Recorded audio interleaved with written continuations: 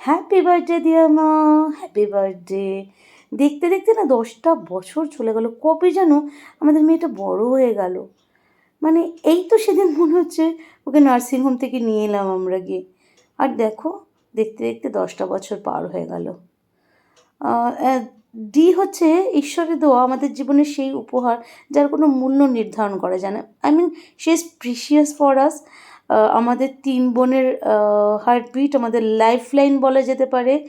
আর আমাদের পুরো ফ্যামিলির বেঁচে থাকবার কারণ হচ্ছে শিবাংশী, মিন্স আমার ডি। পাকা বুড়ি, ফোন করলেই বলবে মিমি আমার আর তোমার পা কিন্তু একদম সমান হয়ে গেছে, এখন থেকে আমি তোমার জুতো পরতে পারবো।